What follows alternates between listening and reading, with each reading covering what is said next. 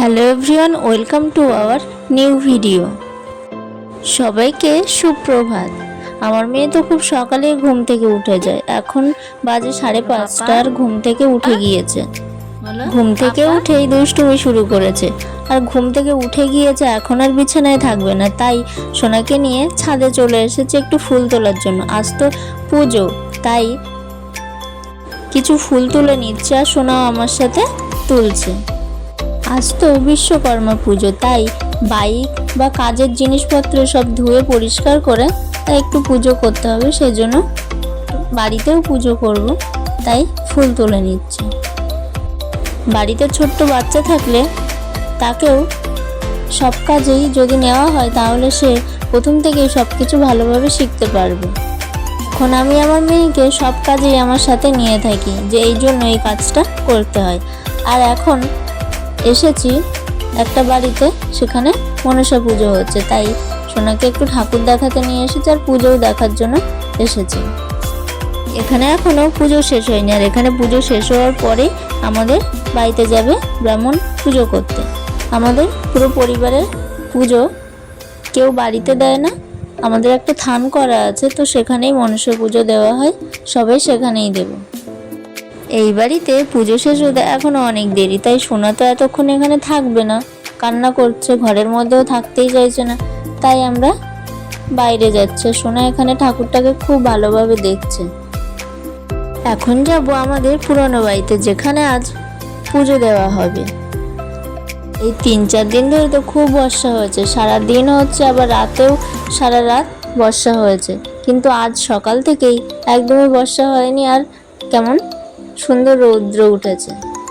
এই 2-3 দিন বর্ষা হয়েছে, তো সেই জন্য আজ রৌদ্রটা বেশ মিষ্টি লাগছে। আর এখানেই আমাদের পুজো হবে, আলপনাও দেওয়া হয়ে গিয়েছে দেখছি এসে। আর ওইদিকে পুজোর সব কিছুই গোছানো হয়ে যাচ্ছে, ফল কাটাবো, অন্যান্য প্রয়োজনীয় যা কিছু সব হয়ে গিয়েছে। এখন ব্রাহ্মণ আসলেই পুজো শুরু হবে। ব্রাহ্মণ এখানে চলে এসেছে, তাই সব কিছু নিয়ে এখানে গুছিয়ে দেওয়া হয়েছে। আর এখন পুজো শুরু হচ্ছে। এখন কিছু সময় একটু পুজো দেখবো, তারপরে বাড়িতে চলে যাব, কারণ মেয়ের খাওয়ার সময় হয়ে যাচ্ছে।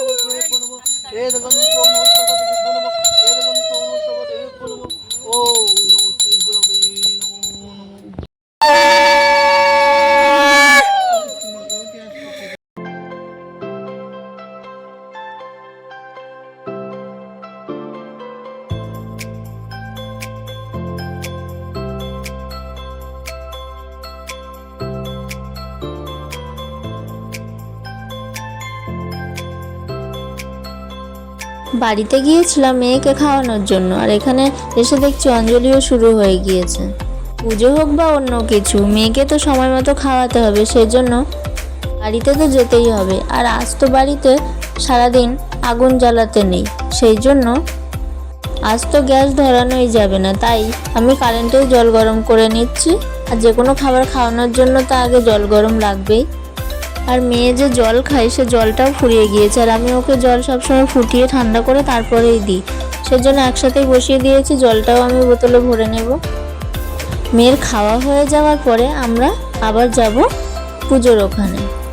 হাতে কম সময় থাকলে খুব সহজে, খুব তাড়াতাড়ি গরম জল করে নেওয়া যায়।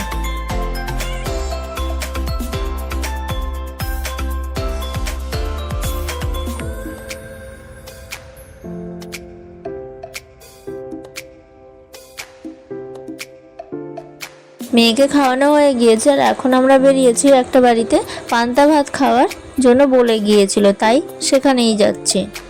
বছরের একটা দিন এই পান্তা ভাত খাওয়ার মজাটাই আলাদা। এখানে এসে দেখছি অনেকেই খেতে বসে গিয়েছে আর আমিও এখানে নিয়ে নিয়েছি, আর আমাকে থালা সাজিয়ে সব কিছু দিয়ে দিচ্ছে। আমার খাওয়া হয়ে যাওয়ার পর মেয়েকেও একটু এই ভাত খেতে দেবো অল্প করে। এর আগের বার পুজোয় কিন্তু আমার ডেলিভারি হয়নি, তখন এই পৃথিবীর আলোয় দেখেনি, আর আজ আমার সাথে এসেছে পুজোর পান্তা ভাত খেতে। দিন মনে হচ্ছে কেমন জলের মতো চলে যাচ্ছে। সময় তো তার নিয়মেই চলবে, সময় কখনো কারোর জন্য থেমে থাকে না।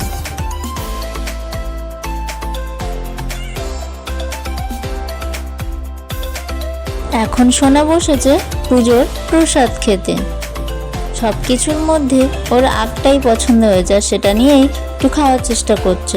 হালকা মিষ্টি মিষ্টি ভাব আছে তো, সেই জন্য খেতে তো সেভাবে পারবে না, একটু নিয়ে দেখছে আর এখন কি নেবে সেটাই ভাবছে।